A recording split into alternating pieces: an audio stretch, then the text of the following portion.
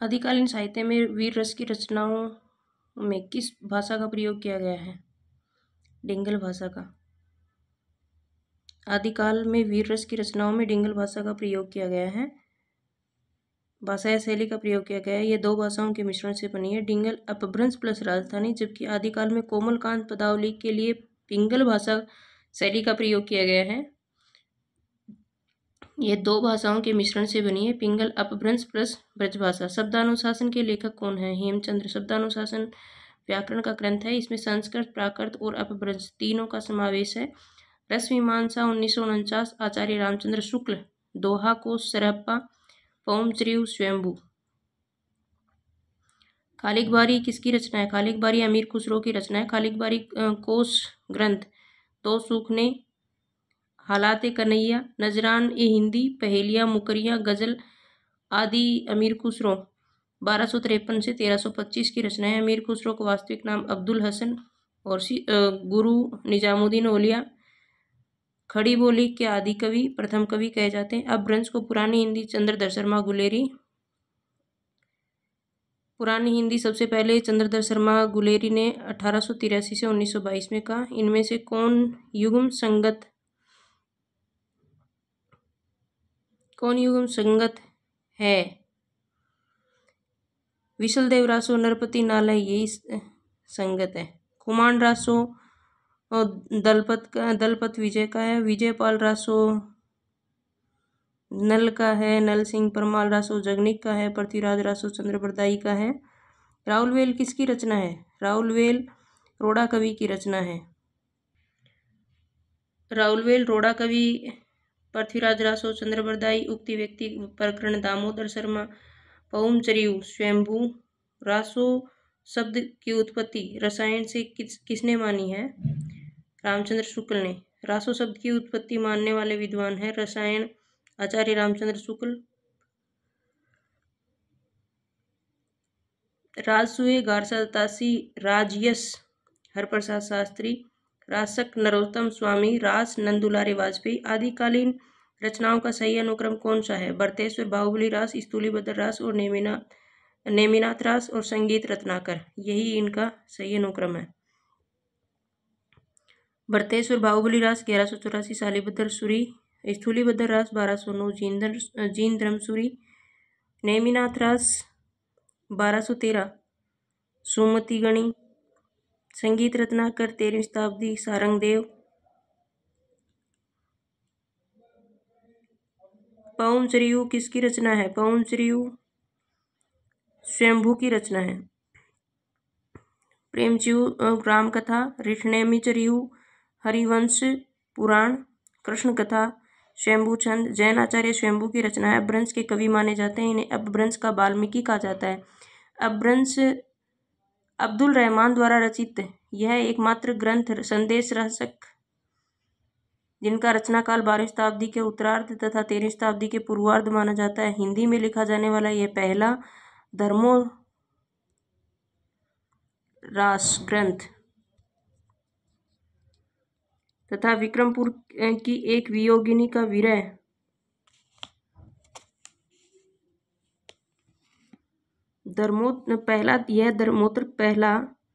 पहला धर्मोत्तर रास ग्रंथ है। इसमें विक्रमपुर की वियोगिनी का विरह का वर्णन है।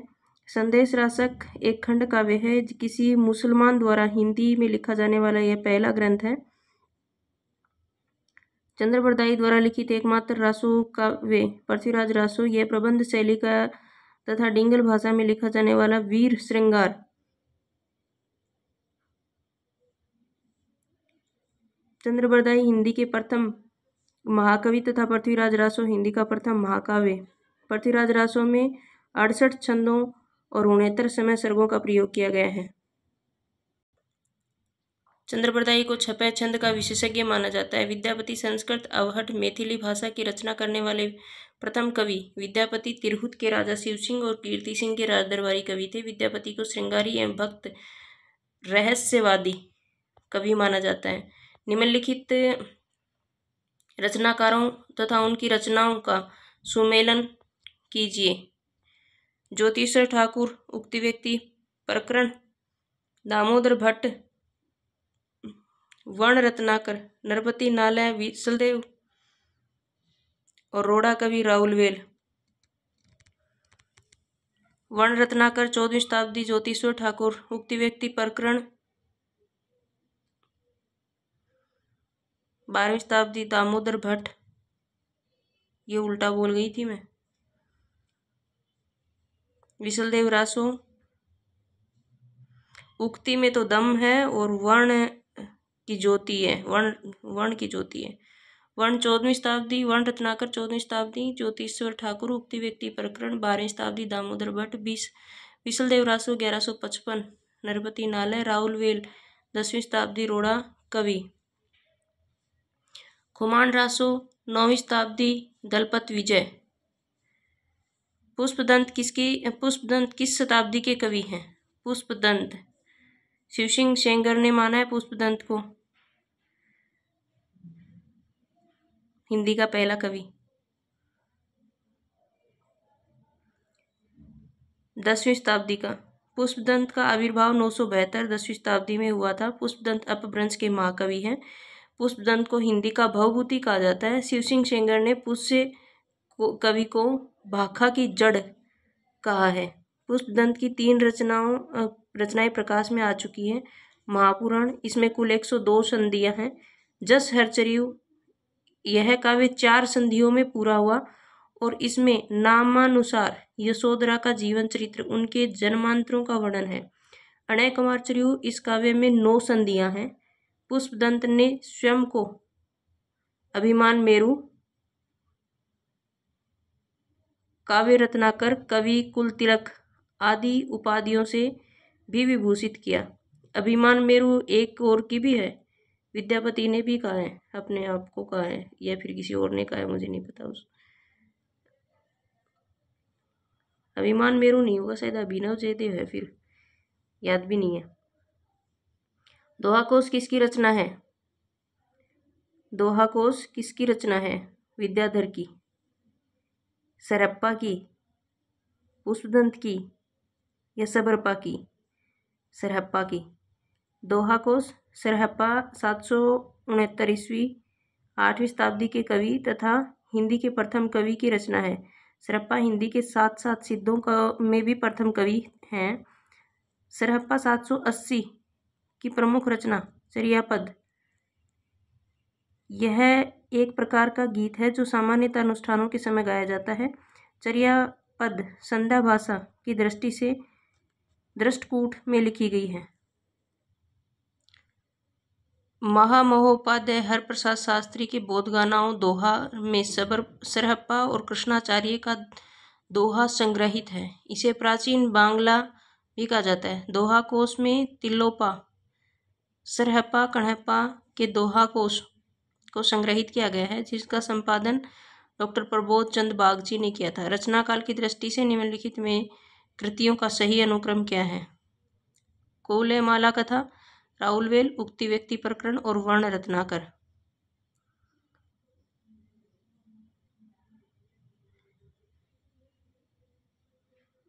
कुराऊ परवर्ण, कौलेमाला 768, 778, उद्योतन सूरी, कौलेमाला। राहुल वेल 10वीं शताब्दी रोड़ा कवि, उक्ति व्यक्ति प्रकरण 12वीं शताब्दी दामोदर भट्ट। वर्ण रत्नाकर 14वीं शताब्दी ज्योतिश्वर ठाकुर।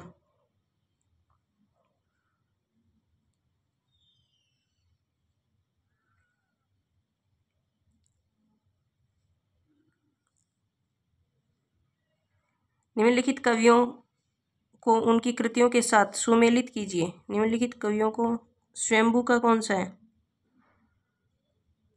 पौमचरियु, पुष्पदंत,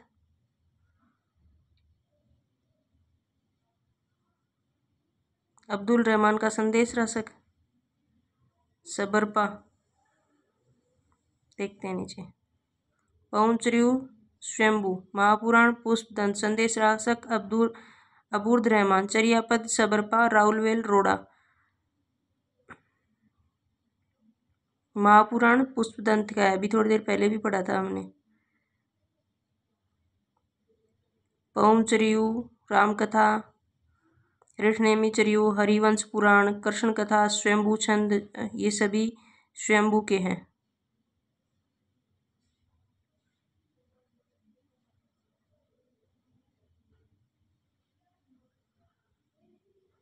और पुष्पदंत में 3 रचनाएं आई हैं, महापुराण, जसरचरियु और अणय कुमार चरियु। पुष्पदंत की सिर्फ 3 ही आई हैं। सरहप्पा का संबंध निम्नलिखित में से किससे है? सिद्ध साहित्य से। सरहप्पा सिद्ध साहित्य से संबंधित राहुल सांस्कृत्यायन ने इनका समय 769 ईस्वी माना है। इनकी रचना दोहा कोश है। सरहप्पा के अन्य नाम श्रयपाल, सरोजवज्र या राहुल भद्र है। अपभ्रंश का मुख्य छंद है। अपभ्रंश का मुख्य छंद कौन सा है? दोहा, बैरवा या फिर कुंडलियां सवैया। अपभ्रंश का मुख्य छंद दोहा, पंजटिका, अरिल, कड़वक, तमोर, त्रोटक आदि है। अपभ्रंश के मुख्य छंद कौन से हैं? दोहा, पंजटिका, अरिल, कड़वक, तोमर, त्रोटक। दोहा को अपभ्रंश काल में दूहा भी कहा जाता था। परमात्म प्रकाश के रचनाकार कौन है? जोइंदु, योगींद्र। परमात्म प्रकाश जोइंदु की रचना है। जोइंद्र या योगींद्र की रचना को अपभ्रंश में दोहा काव्य परंपरा का आरंभ माना जाता है।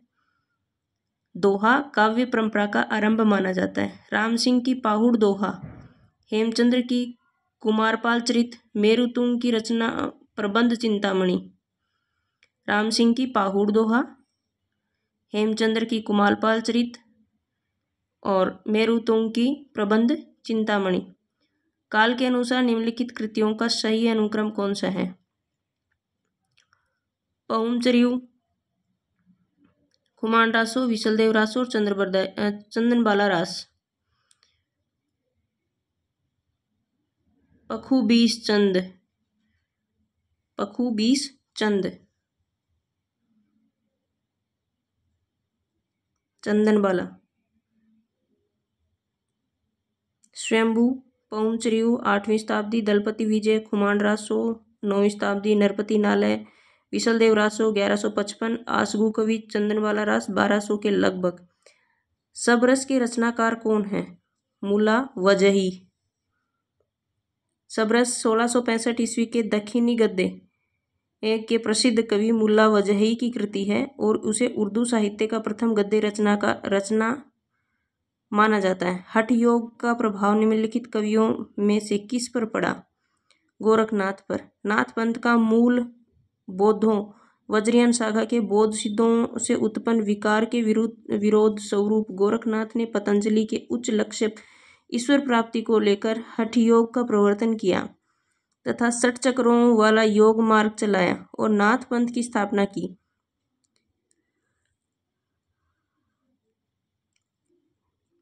इसका प्रचार प्रसार राजपूताना तथा पंजाब में था। कोलेमाला कथा के रचनाकार कौन है? कोलेमाला कथा के रचनाकार उदोतन सूरी हैं।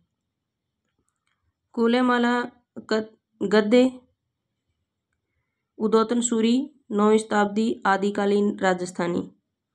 राहुल वेल चंपू काव्य रोड़ा कवि 10वीं शताब्दी, पूर्व हिंदी अवधी भाषा।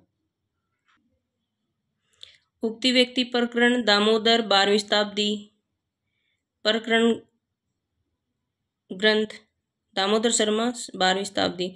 वर्णरत्नाकर शब्दकोश ग्रंथ ज्योतिश्वर ठाकुर 14वीं शताब्दी, मैथिली। एदयमान संदेश रासक अब्दुल रहमान 13वीं शताब्दी, प्राकृत पेंगलम सुमति याकोबी के अनुसार लक्ष्मीधर हजार प्रसाद के अनुसार 14वीं सदी पूर्वार्ध। जयचंद्र प्रकाश भटकेदार 12वीं शताब्दी, प्रबंध चिंतामणि मेरुतुंग 1304 ईस्वी। 8वीं शताब्दी के कवि नहीं हैं। 8वीं शताब्दी के कवि हेमचंद्र नहीं हैं। ये 11वीं शताब्दी के कवि हैं। अन्य कवियों का समय एवं रचना इस प्रकार है। सरहप्पा दोहा कोश 8वीं शताब्दी, हेमचंद्र शब्दानुशासन 11वीं शताब्दी, सबरपाद चर्यापद 8वीं शताब्दी, स्वयंभू पौंचर्यु 8वीं शताब्दी। पुष्पदंत के प्रबंध रचना है अणय कुमार चर्यु। पुष्पदंत की रचना अणय कुमार चर्यु है। अंत रचनाओं में रचनाकार इस प्रकार हैं। रिठनेमि चर्यु, अष्टिनेमि चरित स्वयंभू की है। पौंचर्यु व पद्मचरित स्वयंभू प्रबंध काव्य है। भविष्यत काया सूर्य पंचमी धनपाल की है। मैथिली हिंदी के रचित गद्य की पहली पुस्तक वर्ण रत्नाकर। मैथिली भाषा की हिंदी गद्य की प्रथम पुस्तक वर्ण रत्नाकर है। इसके लेखक ज्योतिश्वर ठाकुर। शब्दकोश ग्रंथ, इनका रचना काल 14वीं शताब्दी के पूर्वार्ध माना जाता है। रचना काल की दृष्टि से निम्नलिखित कृतियों का सही अनुक्रम है। दोहाकोश, श्रावकाचार, संदेश रासक और कीर्तिलता। दोहाकोश 8वीं शताब्दी सरहप्पा, श्रावकाचार 933 ईस्वी जैनाचार्य देवसेन, संदेश रासक 12वीं-13वीं शताब्दी अब्दुल रहमान, कीर्तिलता 1323 विद्यापति। दोहाकोश का संपादन प्रबोध चंद्र बागची ने किया।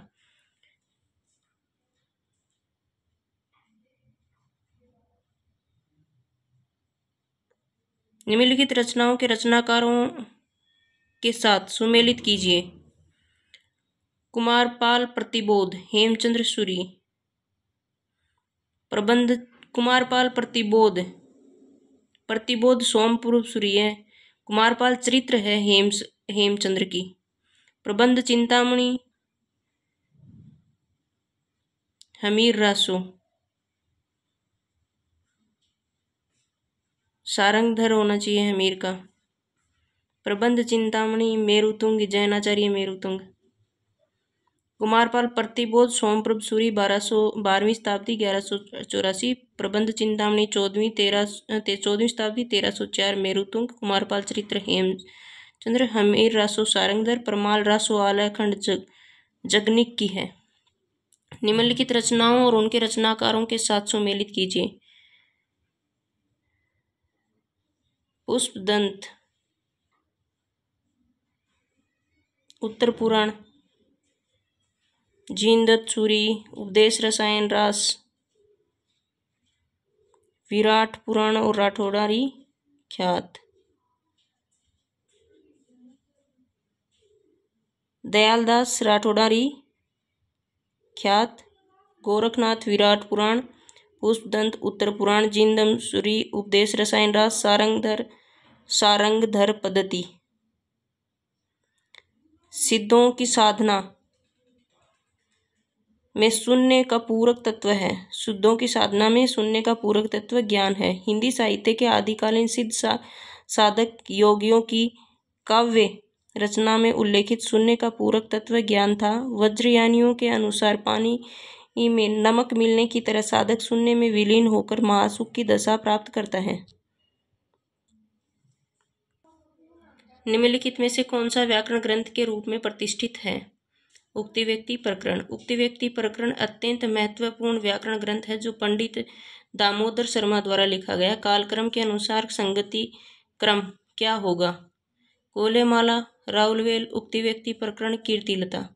कोलेमाला उद्योतन सूरी 9वीं शताब्दी, राउलवेल रोड़ा कवि 11वीं शताब्दी, उक्ति व्यक्ति प्रकरण दामोदर शर्मा 12वीं शताब्दी, कीर्तिलता विद्यापति 14वीं शताब्दी। कालक्रम की दृष्टि से इनमें से सबसे पुराने कवि हैं विद्यापति। कालक्रम की दृष्टि से इनमें से सबसे पुराने कवि विद्यापति हैं।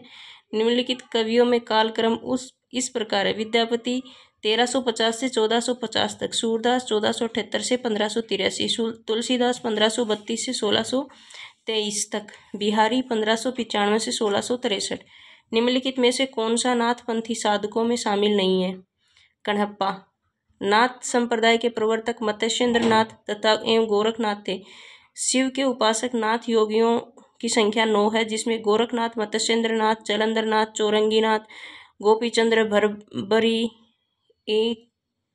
चूर्णकरनाथ, जलिंद्र पाव आदि ने नाथ साहित्य का विकास किया। कण्हप्पा आदिकालीन सिद्ध कवि है। सिद्धों की संख्या 84 मानी है। गोरखबानी नामक पुस्तक के संपादक हैं। गोरखबानी नामक पुस्तक के संपादक पीताम्बर दत्त बड़थवाल। प्रकाशन हिंदी साहित्य का सम्मेलन प्रयाग से हुआ है। इनके गोरखनाथ के 14 ग्रंथों को प्रमाणिक मानकर वर्णन किया गया है। किस ग्रंथ में चंद्रबरदाई के छप्पियों का राजा कहा गया है? शिवसिंह सरोज में। चंद्रबरदाई को छप्पियों का राजा शिवसिंह सेंगरकृत शिवसिंह सरोज में कहा गया है। वीर रस के साथ साथ चंद्रबरदाई नक्सिक वर्णन श्रृंगार के वर्णन में भी कुशल थे। इस आधार पर शिवसिंह सरोज ने उन्हें छप्पियों का राजा कहा जाता है। आदिकालीन काव्य ग्रंथों की कथा कहने की परंपरा को लक्ष्य करके पृथ्वीराज रासो के संदर्भ में किस आलोचक ने लिखा कि कथा की परीक्षा इतिहास की दृष्टि से नहीं काव्य की दृष्टि से होनी चाहिए। पुरानी कथाएं काव्य ही अधिक, इतिहास वे एकदम नहीं है। हजारी प्रसाद द्विवेदी। पृथ्वीराज रासो के संदर्भ में आचार्य हजारी प्रसाद द्विवेदी ने लिखा है कि कथा की परीक्षा इतिहास की दृष्टि से नहीं काव्य की दृष्टि से होनी चाहिए। पुरानी कथाएं काव्य ही अधिक हैं, इतिहास वे एकदम नहीं। राहुल सांस्कृत्यायन का इतिहास ग्रंथ हिंदी काव्य धारा 1944। हजारी प्रसाद द्विवेदी का इतिहास ग्रंथ हिंदी साहित्य की भूमिका 1940। विश्वनाथ प्रसाद मिश्र का साहित्य इतिहास ग्रंथ हिंदी साहित्य का अतीत 2 भागों में निम्नलिखित में से सिद्ध साहित्य के विषय में कौन सा है? कथन सत्य नहीं है। झुकाव सहज साधना की ओर था। प्रथम कवि सरप्पा चर्यापद तथा दोहों में हुई। सिद्ध साहित्य का अपहरण पिंगल भाषा की बजाय संध्या भाषा में हुआ। सहजयानियों की भाषा का नाम संध्या भाषा है। सिद्ध साहित्य का प्रणयन मागधी अवहट में हुआ। 7वीं शताब्दी के सिद्ध कवि श्रयपाद को हिंदी का प्रथम कवि। श्रयपाद की प्रसिद्ध रचना दोहा कोश है। सिद्ध कवियों ने सहज साधना, गुरु सेवा का गान किया। पंडित राहुल सांस्कृत्यायन ने 84 कवियों का उल्लेख किया। कोल ज्ञान निर्णय के रचनाकार हैं। कोल ज्ञान निर्णय के रचनाकार मत्स्येंद्रनाथ हैं। मत्स्येंद्रनाथ कोल ज्ञान निर्णय के रचनाकार हैं। इनकी पुस्तक का संपादन डॉक्टर प्रबोध चंद बागची ने किया। निम्नलिखित में से अपभ्रंश प्रभावित हिंदी रचना कौन सी है? निम्नलिखित में से अपभ्रंश प्रभावित रचना भरतेश्वर बाहुबली रास है। भरतेश्वर बाहुबली रास जैन कवि शालिभद्र सूरि द्वारा रचित हिंदी काव्य रचना आदिकालीन अपभ्रंश प्रभावित रचना है। इस ग्रंथ में भरतेश्वर बाहुबली के चरित्र का वर्णन डॉक्टर गणपति चंद्र गुप्त द्वारा अपनी हिंदी साहित्य का वैज्ञानिक इतिहास में शालिभद्र सूरि को हिंदी का प्रथम कवि तथा उनकी कृति भरतेश्वर बाहुबली रास को हिंदी की प्रथम रचना मानते हैं। चारण साहित्य किस साहित्य का दूसरा नाम है? रासो साहित्य का। चारण साहित्य रासो साहित्य का दूसरा नाम वीर रस प्रधान रासो साहित्य के रचना अपनी आश्रयदाताओं की प्रशंसा में की गई है। पृथ्वीराज रासो, खुमान रासो, विशलदेव रासो, प्रमाल रासो, विजयपाल रासो आदि प्रमुख रासो ग्रंथ हैं। आदिकाल को सिद्ध सामंत युग कहा गया है। राहुल सांस्कृत्यायन ने आदिकाल को सिद्ध सामंत युग राहुल सांस्कृत्यायन ने कहा है। आचार्य रामचंद्र शुक्ल ने इसे वीरगाथा काल, रामकुमार वर्मा ने संधि एवं चारण काल, जॉर्ज ग्रियर्सन ने आदि काल को चारण काल का नाम दिया है। आदिकालीन हिंदी काव्य धारा में उपलब्ध नहीं है। सिख साहित्य आदिकालीन हिंदी काव्य धारा में उपलब्ध नहीं है। आदिकालीन हिंदी काव्य धारा में सिद्ध साहित्य, जैन साहित्य और नाथ साहित्य उपलब्ध हैं। सिख साहित्य भक्तिकालीन काव्य धारा के संत काव्य परंपरा के अंतर्गत आती है। संत काव्य धारा में अनेक सिख गुरु की रचनाएं उपलब्ध हैं। आदिकालीन साहित्य का प्रमुख रस है वीर। हिंदी साहित्य के आदिकालीन साहित्य का प्रमुख रस वीर रस है। आदिकालीन रासो काव्य ग्रंथों के वीर रसात्मक रचना प्रवृत्तियों के आधार पर आचार्य रामचंद्र शुक्ल ने आदिकाल को वीरगाथा काल की संज्ञा दी। वीर रस के अतिरिक्त आदिकालीन रचनाओं में श्रृंगार रस का वर्णन है। अपभ्रंश का वाल्मीकि किसे कहा जाता है? अपभ्रंश का वाल्मीकि स्वयंभू को कहा जाता है। 8वीं शताब्दी में आदिकालीन कवियों में स्वयंभू, पौम चरियु, पदम चरित, ऋषनेमी चरियु, अष्टनेमी चरित, हरिवंश पुराण तथा स्वयंभू छंद नामक ग्रंथों की रचना की। पौम चरियु में राम की कथा है। अष्टनेमी चरित हरिवंश पुराण में कृष्ण की। अपभ्रंश के वाल्मीकि स्वयंभू ने अपनी रामायण पौंचर्यु में केवल 5 कांड रखे तथा उनका नाम वाल्मीकि रामायण में मिलता है। इन्हें बालकांड का नाम विद्याधर कांड रखा, अरण्य एवं किष्किंधा कांड को नहीं रखा। 10वीं शताब्दी के अन्य जैन कवि पुष्पदंत को अपभ्रंश का भवभूति कहा। एक अन्य जैन कवि धनपाल को भविष्यत कहा नामक प्रसिद्ध कृति की रचना किया। दोबारा पढ़ते हैं इसी को। जैन कवि स्वयंभू को अपभ्रंश का वाल्मीकि कहा जाता है। 8वीं शताब्दी के आदिकालीन कवि स्वयंभू चरियु, पद्मचरित, ऋषनेमी चरियु, अरिष्टनेमी चरित, हरिवंश पुराण तथा स्वयंभू छंद नामक ग्रंथों की रचना की। पौंचर्यु में राम की कथा तथा अरिष्टनेमी चरित, हरिवंश पुराण की में कृष्ण की। अपभ्रंश के वाल्मीकि स्वयंभू ने अपनी रामायण चरित पौंचर्यु में केवल 5 कांड रखे, उनका नाम वाल्मीकि रामायण में मिलता है। इन्होंने बालकांड का नाम विद्याधर कांड रखा, अरण्य एवं किष्किंधा कांड को नहीं रखा। 10वीं शताब्दी के अन्य जैन कवि पुष्पदंत को अपभ्रंश का भवभूति कहा जाता है। एक अन्य जैन कवि धनपाल ने भविष्यत कहा नामक प्रसिद्ध कृति की रचना किया है। किस विद्वान ने हिंदी साहित्य के प्रारंभिक काल को वीरगाथा काल नाम दिया है? आचार्य रामचंद्र शुक्ल ने। काव्यगत प्रवृत्तियों के आधार पर हिंदी साहित्य के इतिहास का काल विभाजन करने वाले प्रथम लेखक आचार्य रामचंद्र शुक्ल ने वीर रस की प्रधानता वाले रासो साहित्य के आधार पर हिंदी साहित्य के प्रारंभिक काल को वीर गाथा काल की संज्ञा दी है, जबकि राहुल सांस्कृत्यायन ने इसे सिद्ध सामंत काल तथा डॉक्टर रामकुमार वर्मा ने इस काल को चारण काल कहा है। राज्याश्रित कवि फुटकर दोहों को त्याग कर पराक्रम पूर्ण चरितों या गाथाओं का वर्णन करने लगे। यही प्रबंध परंपरा रासो के नाम से पाई जाती है, किंतु हजारीप्रसाद द्विवेदी ने वीर गाथा काल को आदिकाल कहा। यही नामकरण प्रचलित है। चंद्रबरदाई किसके दरबारी कवि थे? चंद्रबरदाई महज पृथ्वीराज चौहान के दरबारी कवि थे। चंद्रबरदाई महाराज पृथ्वीराज चौहान के दरबारी कवि थे। चंद्रबरदाई को आश्रयदाता पृथ्वीराज चौहान के जीवन और उपलब्धियों पर पृथ्वीराज रासो नामक काव्य में शौर्य, वीरता, पराक्रम का अंकन किया। जयचंद को देशद्रोही के रूप में प्रस्तुत किया, जबकि जगनिक ने आलयखंड प्रमाल रासो नामक काव्य ग्रंथ की रचना की। पृथ्वीराज रासो किस कवि की रचना है? पृथ्वीराज रासो चंद्रबरदाई की रचना। पृथ्वीराज रासो पृथ्वीराज चौहान के आश्रय कवि चंद्रबरदाई द्वारा लिखित काव्य ग्रंथ। आचार्य रामचंद्र शुक्ल ने चंद्रबरदाई को हिंदी का प्रथम महाकवि और इनके द्वारा रचित पृथ्वीराज रासो को हिंदी का प्रथम महाकाव्य माना है। वीर तथा श्रृंगार रस प्रधान पृथ्वीराज रासो पृथ्वीराज के 14 विवाहों का उल्लेख है। महोबा के राजा प्रमार्दी देव के आश्रित कवि जगनिक प्रमाल रासो आलयखंड नामक काव्य ग्रंथ की रचना की। मौला दाऊद ने चंदाइन नामक काव्य ग्रंथ की रचना की। स्वयंभू को हिंदी का प्रथम कवि माना जाता है। स्वयंभू को हिंदी का प्रथम कवि रामकुमार वर्मा ने माना।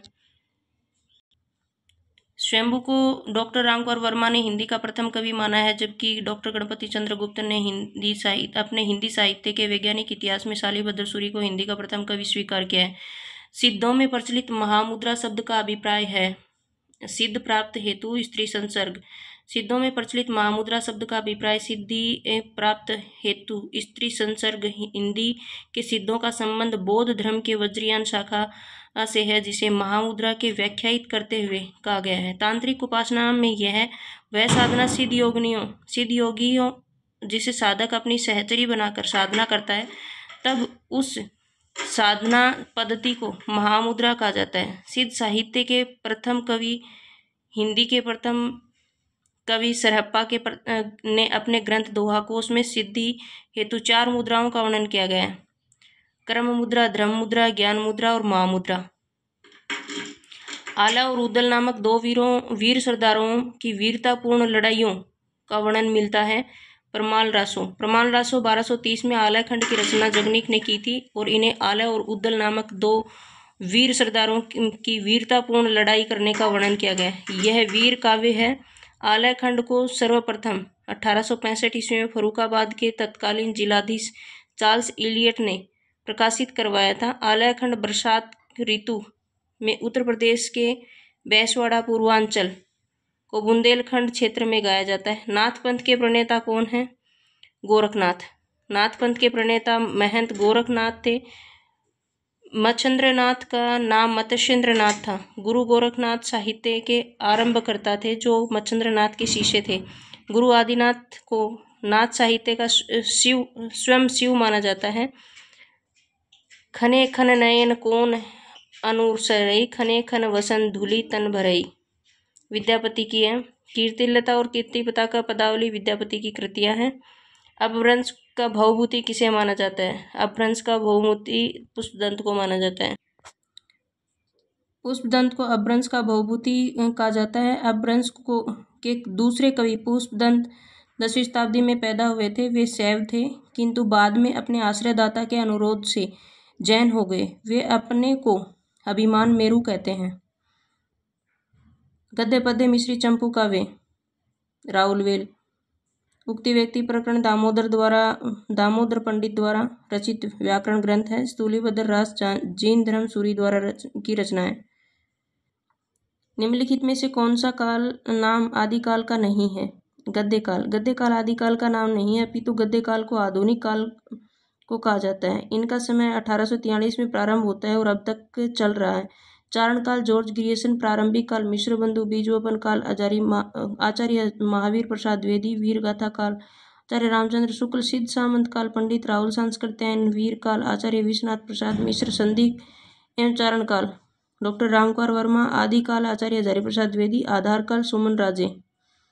चारण जॉर्ज ग्रियर्सन, प्रारंभिक मिश्र बंधु, बीजवपन काल महावीर प्रसाद द्विवेदी, वीर गाथा काल आचार्य रामचंद्र शुक्ल, सिद्ध सामंत काल राहुल सांस्कृत्यायन, वीर काल विश्वनाथ प्रसाद मिश्र, संधि एवं चारण काल रामकुमार वर्मा, आदि काल हजारी प्रसाद द्विवेदी और आधार काल सुमन राजे। मोहन अवस्थी भी है आधार काल में। इनमें से कौन सा कवि आदिकाल का नहीं है? नाभादास आदिकाल का नहीं है। चंद्रप्रदाई, जगनिक और दलपत विजय तीनों आदिकाल के हैं। नाभादास आदिकाल के कवि नहीं है। नाभादास भक्ति काल के सैगुण काव्य धारा राम भक्ति शाखा के कवि हैं तथा नाभादास गोस्वामी तुलसीदास के समकालीन कवि हैं। चंद्रप्रदाई, जगनिक, दलपति विजय आदि तीनों आदिकाल रासो साहित्य काव्य परंपरा के कवि हैं। रासो साहित्य का विवरण वीरगाथा काल के अंतर्गत आता है। इनमें से कौन सी रचना आदिकाल की है? विद्यापति पदावली। विद्यापति पदावली आदिकाल की रचना है। अन्य रचनाकार इस प्रकार हैं: सूरसागर भक्तिकाल सूरदास, बीजक भक्तिकाल कबीरदास, भरमर गीत भक्तिकाल सूरदास। सूरसागर भक्तिकाल सूरदास, भरमर गीत सूरदास, बीजक कबीरदास।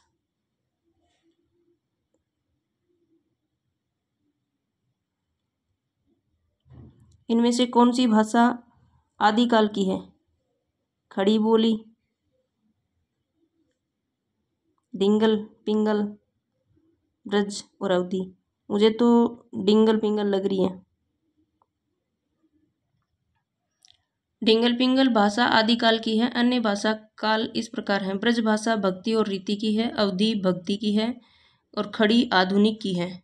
खड़ी आधुनिक की, अवधी भक्ति काल की है और ब्रज भक्ति और रीति दोनों की है। अपभ्रंश के प्रथम महाकवि कौन है? अपभ्रंश के प्रथम महाकवि स्वयंभू। हिंदी के प्रथम कवि स्वयंभू है। स्वयंभू को 8वीं शताब्दी से 783 ईस्वी के आसपास विद्यमान थे। स्वयंभू को ही जैन परंपरा का प्रथम कवि माना जाता है। स्वयंभू को ही जैन परंपरा का भी प्रथम कवि माना जाता है। स्वयंभू को अपभ्रंश भाषा का वाल्मीकि तथा व्यास कहा जाता है। अपभ्रंश भाषा का वाल्मीकि और व्यास कहा जाता है। अपभ्रंश काव्य का सुप्रसिद्ध छंद कौन सा है? पदरी। अपभ्रंश काव्य का सुप्रसिद्ध छंद पदरी है। पदरी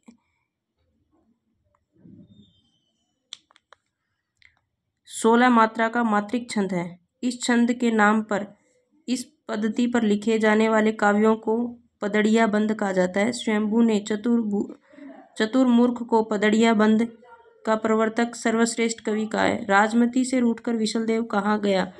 उड़ीसा में। विशलदेव रासो के रचयिता नरपति नाल है। यह ग्रंथ 4 खंडों में विभक्त है। खंड 2 में यह वर्णित है, राजमती को छोड़कर विशलदेव उड़ीसा चले गए थे। वहां पर 1 वर्ष तक रहे। कहीं पर यह 12 वर्ष तक मिलता है, कहीं पर 1 वर्ष तक मिलता है। इनमें से किस ग्रंथ में लिखा गया है कि अग्नि परीक्षा के बाद सीता जैन धर्म से दीक्षित हो जाती है? पौंसर्यू में लिखा है कि अग्नि परीक्षा के बाद सीता जैन धर्म में दीक्षित हो जाती है। पौंसर्यू के रचनाकार स्वयंभू हैं। हिंदी साहित्य में 700 से 1400 ईस्वी के कालखंड को ग्रियर्सन ने क्या नाम दिया है? 700 से 1400 ग्रियर्सन ने क्या नाम दिया है? चारणकाल। ग्रियर्सन ने सर्वप्रथम हिंदी का साहित्य के आरंभ काल को चारणकाल नाम से अभिहित किया है, जबकि रामकुमार वर्मा ने संधि एवं चारणकाल, मिश्र बंधुओं ने प्रारंभिक काल और बच्चन ने अपभ्रंश काल नाम दिया है। निम्नलिखित में से 84 सिद्धों में नहीं है। सारंगधर 84 सिद्धों में नहीं है। यह अपभ्रंश भाषा के कवि हैं। इनके द्वारा रचित ग्रंथ हमीर रासो, जबकि विरूपा, कणप्पा, कुकरीपा, सरप्पा, मणिपा, सबरपा, लोईपा आदि 84 सिद्धों में से हैं। आला और उदल के चरित्र में वीर गीत काव्य के रूप में रचने वाले कवि कौन हैं? जगनिक। कवि जगनिक ने परमाल रासो नामक कृति की रचना की, जो आला और उदल के चरित्र को वीर गीतात्मक काव्य के रूप में रची गई है। यह उत्तर प्रदेश के आलय खंड के नाम से प्रसिद्ध रासो लोक गेय काव्य 1865 में चार्ल्स एलियट ने इस ग्रंथ का प्रकाशन आलय खंड शीर्षक से करवाया। यह मौलिक परंपरा पर आधारित था। इस प्रति के आधार पर श्याम सुंदर दास ने इसका पाठ निर्धारित किया। पंच पांडव चरित्र रास के रचयिता कौन है? शालिभद्र सूरी। पंच पांडव चरित्र रास के रचयिता शालिभद्र सूरी हैं। इनकी रचना 1350 ईस्वी में हुई थी। यह हिंदी का प्रथम ऐतिहासिक रास ग्रंथ। डॉक्टर गणपति चंद्र गुप्त ने शालिभद्र सूरी को हिंदी का प्रथम कवि माना। इनके द्वारा रचित अन्य ग्रंथ भरतेश्वर, बाहुबली रास है। भविष्यत काल किसकी रचना है? धनपाल की। अपभ्रंश के तीसरे प्रमुख कवि धनपाल ने 10वीं शताब्दी में भविष्यत काल की रचना की है, जबकि राम सिंह ने पाहुड़ दोहा तथा देवसेन ने श्रावकाचार तथा पुष्पदंत ने महापुराण नामक ग्रंथ की रचना की है। राम सिंह ने पाहुड़ दोहा, देवसेन ने श्रावकाचार, पुष्पदंत ने महापुराण ग्रंथ की रचना की है। मुकरी लिखने का सर्वप्रथम प्रयास किस कवि ने किया? मुकरी लिखने का सर्वप्रथम प्रयास अमीर खुसरो ने किया। खुसरो की पहेलियां मुकरियों में उक्ति वैचित्र की प्रधानता है। के द्वारा रचित ग्रंथ खालिक बारी, पहेलियां, 2 सूखने, गजल आदि हैं। संवत 1050 1375 की काल अवधि में लिखे गए हिंदी साहित्य का वीर गाथा काल के रूप में नामकरण किसने किया? वीर गाथा काल का नामकरण आचार्य रामचंद्र शुक्ल ने किया था। रामकुमार वर्मा ने कौन सा नाम दिया? वीर काल। हजारी प्रसाद द्विवेदी ने क्या कहा था? रामकुमार वर्मा ने तो संधि एवं चारण काल नाम दिया था। विश्वनाथ प्रसाद ने दिया था वीर काल। और हजारी प्रसाद द्विवेदी ने आदिकाल। डॉक्टर नगेंद्र ने क्या नाम दिया था? डॉक्टर नगेंद्र ने कोई नाम नहीं दिया। संवत 1050 से 1375 की कालावधि में लिखे गए हिंदी साहित्य के वीर गाथा काल के रूप में नामकरण आचार्य रामचंद्र शुक्ल ने किया। आचार्य रामचंद्र शुक्ल ने हिंदी साहित्य के इतिहास का काल विभाजन इस प्रकार किया है। आदिकाल वीर गाथा काल 1050 से 1375, पूर्व मध्यकाल भक्तिकाल 1375 से 1700, उत्तर मध्यकाल रीतिकाल 1700 से 1900, आधुनिक काल गद्य काल 1900 से 1984 तक। 10वीं से 14वीं शताब्दी के साहित्य को किस विद्वान ने आदिकाल के अंतर्गत रखा है? हजारी प्रसाद द्विवेदी। 10वीं से 14वीं शताब्दी के साहित्य को हजारी प्रसाद द्विवेदी ने आदिकाल के अंतर्गत रखा है। आदिकाल में किस प्रकार का साहित्य लिखा जा रहा था? जन जीवन से हटाकर राजाओं की वीरता का अतिरंजित वर्णन। आदिकाल में जनजीवन से हटाकर राजाओं की वीरता का अतिरंजित वर्णन का साहित्य लिखा जा रहा है। आदिकाल के कवि चारण कवि कहे जाते थे। जो अपने आश्रयदाता राजाओं की प्रशंसा अतिशयोक्तिपूर्ण करते थे। अमीर खुसरो की पहेलियाँ तथा मुकरियों का क्या उद्देश्य है? अतिशयोक्ति, अमीर खुसरो की, अतिशयोक्ति नहीं, उक्ति वैचित्र है वो। अमीर खुसरो की पहेलियों और मुकरियों का उद्देश्य मनोरंजन के माध्यम से लोक व्यवहार की शिक्षा प्रदान करना था। वीरगाथा कालीन रासो काव्य में निम्नलिखित में से किस विषय का वर्णन मिलता नहीं है? कृष्ण लीलाओं का प्रतिपादन नहीं है। कृष्ण लीला का प्रतिपादन वीर गाथाकालीन रासों में नहीं है। वीर गाथाकालीन रासो काव्य में आश्रयदाताओं के अतिरंजनात्मक वर्णन, इतिहास और कल्पना का सम्मिश्रण, युद्धों का सजीव एवं गत्यात्मक वर्णन मिलता है। रासो ग्रंथ किस भाषा में लिखे गए थे? रासो ग्रंथ ढिंगल पिंगल या ब्रज भाषा, इन दोनों में से एक है। रासो ग्रंथ डिंगल भाषा में लिखे गए थे। अपभ्रंश ब्रज भाषा को पिंगल और अपभ्रंश प्लस राजस्थानी को डिंगल का भाषा कहा जाता है। वीरगाथा काल के प्रसिद्ध प्रबंध काव्य का क्या नाम है? पृथ्वीराज रासो। वीरगाथा काल के प्रसिद्ध प्रबंध काव्य पृथ्वीराज रासो है, जिसे आचार्य रामचंद्र शुक्ल ने हिंदी का प्रथम महाकाव्य तथा इसके रचयिता चंद्रप्रदायी को हिंदी का प्रथम कवि कहा। जयसीकृत पद्मावत तथा तुलसीकृत रामचरितमानस महाकाव्य भक्ति काल के प्रमुख काव्य ग्रंथ हैं, जबकि जयशंकर प्रसाद कृत कामायनी छायावाद का प्रमुख महाकाव्य है। विद्यापति के पद किस भाषा में रचित हैं? मैथिली। विद्यापति के पद मैथिली भाषा में रचित। विद्यापति बिहार के विपसी नामक गांव में रहने वाले थे। इनके द्वारा रचित ग्रंथ पदावली, कीर्तिलता, कीर्तिलता तथा कीर्ति पताका की भाषा अवहट है। कौन सी रचना स्वयंभू की नहीं है? महापुराण। महापुराण रचना स्वयंभू की नहीं है। यह रचना जैन कवि पुष्पदंत की है, जबकि परिमचर्यु, ऋष्णेमीचर्यु, स्वयंभू छंद नामक रचनाएं स्वयंभू की है। स्वयंभू का जन्म 783 में कर्नाटक में हुआ। ये जैन परंपरा के प्रथम कवि हैं एवं अपभ्रंश साहित्य के वाल्मीकि तथा व्यास माने जाते हैं। इनकी पवनचर्यु की रचना अपूर्ण मानी जाती है, जिसको इनके पुत्र त्रिभुवन ने पूरा किया था। इनकी कृति में राम के चरित्र का विस्तार से वर्णन किया जाता है। अपभ्रंश से प्रभावित हिंदी रचना कौन सी है? भरतेश्वर, बाहुबली रास। अपभ्रंश प्रभावित हिंदी रचना भरतेश्वर बाहुबली रास है। इनके रचयिता शालिभद्र सूरी हैं। यह रचना 1184 ईस्वी में रचित 205 छंदों का खंड काव्य है। शालिभद्र सूरी की एक अन्य रचना बुद्धि रास भी है, जबकि चंदनबाला रास, नेमिनाथ रास, वसंत विलास आदि अपभ्रंश मुक्त रचनाएं हैं। 11वीं शताब्दी में रचित लोक भाषा काव्य ढोला मारूरा दुहा। ढोला मारूरा दुहा 11वीं शताब्दी में रचित लोक भाषा काव्य है। यह मूलतः दोहों में रचित है।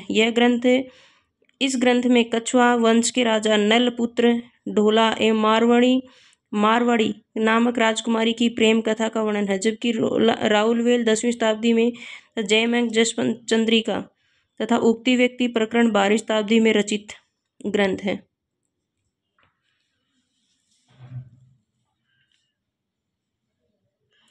गोरखनाथ के गुरु का नाम बताइए। गोरखनाथ के गुरु का नाम मत्स्येंद्र नाथ है। इनका वास्तविक नाम विष्णु शर्मा तथा पूरा नाम पीपली देव था, जबकि उनके गुरु का नाम उनका गुप्त नाम भैरवानंद और जन्म बंगाल में हुआ। इनके द्वारा रचित ग्रंथ है कोल ज्ञान निर्णय। अपभ्रंश शब्द का सबसे पहले उल्लेख किसने किया? अपभ्रंश का सबसे पहले उल्लेख पतंजलि ने किया। महाभाष्य उल्लेख महाभाष्यकार पतंजलि ने किया, जिसे पता चलता है कि संस्कृत या साधु शब्द के लोक प्रचलित विविध रूप अपभ्रंश शब्द कहलाए। रस प्रकार प्रतिमान से स्खलित, भ्रष्ट तथा विकृत शब्दों का अपभ्रंश की संज्ञा दी गई है। स्खलित, भ्रष्ट तथा विकृत शब्दों को अपभ्रंश की संज्ञा दी गई और आगे चलकर यहाँ पर संज्ञा पूरी भाषा के लिए स्वीकृत हो गई है। सिद्धों के प्रथम कवि कौन है? सहरप्पा। 8वीं शताब्दी हिंदी के प्रथम कवि माने जाते हैं, जिनको बौद्ध धर्म की वज्रयान तथा सहजयान शाखा का प्रवर्तक है आदि सिद्ध माना जाता है। उनका मूल नाम राहुल भद्र था तथा वे पाल शासक धर्मपाल के समकालीन थे। उक्ति व्यक्ति प्रकरण यह ग्रंथ है व्याकरण। उक्ति व्यक्ति प्रकरण हिंदी व्याकरण का पहला ग्रंथ है। इनके लेखक दामोदर पंडित हैं। हिंदी व्याकरण के इतिहास में इसका वर्णन स्थान रचना काल 12वीं शताब्दी का पूर्वार्ध माना गया है।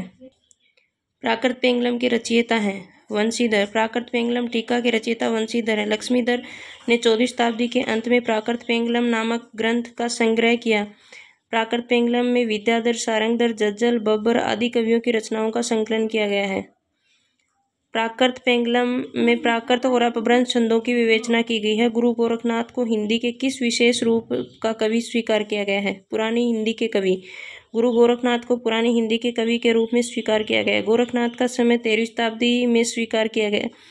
इनके गुरु का नाम मत्स्येंद्र नाथ था। इनके द्वारा रचित ग्रंथ शब्दी, पद, प्राण साखली, शिष्य दर्शन, नैर्वयी बोध, सप्तवार, रोमावली, आत्मबोध, ज्ञान तिलक, ज्ञान ज्योतिषा, अभय मात्र जोग और पंचमात्र गोरख बोध आदि।